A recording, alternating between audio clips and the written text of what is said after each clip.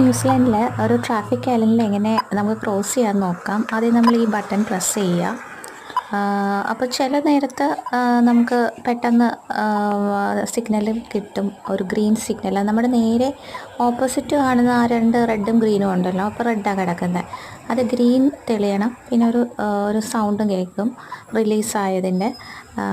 അപ്പം അപ്പോഴാണ് നമ്മൾ ആ ഗ്രീൻ ലൈനിൽ കൂടി അപ്പുറത്തെ ഭാഗത്ത് ക്രോസ് ചെയ്യേണ്ടത്.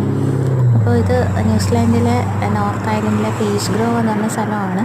അപ്പോൾ സൺഡേ മോർണിംഗ് ആണ്, അതാണ് ഇത്രയും റഷ് ഇല്ലാത്തത്. അല്ലെങ്കിൽ ഇടയ്ക്കൊക്കെ ബ്ലോക്ക് ഒക്കെ വരുന്നൊരു സ്ഥലമാണ്. കുറച്ചടുത്തായിട്ട് വെയർ ഹൗസിൻ്റെ അടുത്തൊക്കെ വരുമ്പോൾ കുറച്ച് ബ്ലോക്ക് വരുന്നൊരു സ്ഥലമാണ്.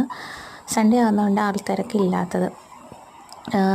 അപ്പോൾ ഞാനിങ്ങനെ വെയിറ്റ് ചെയ്യാണ്. ഇന്നിപ്പോൾ കുറച്ചധികം സമയം എടുത്തു. ചില സമയത്ത് നമുക്ക് പെട്ടെന്ന് സിഗ്നൽ കിട്ടും, ചില സമയത്ത് കുറച്ചധികം നിൽക്കേണ്ടി വരും. ഇപ്പം സിഗ്നൽ വീണു, ഒരു സൗണ്ട് ഉണ്ടായിരുന്നു, ആ സിഗ്നൽ വീണു, ക്രോസ് ചെയ്തു. Thank you.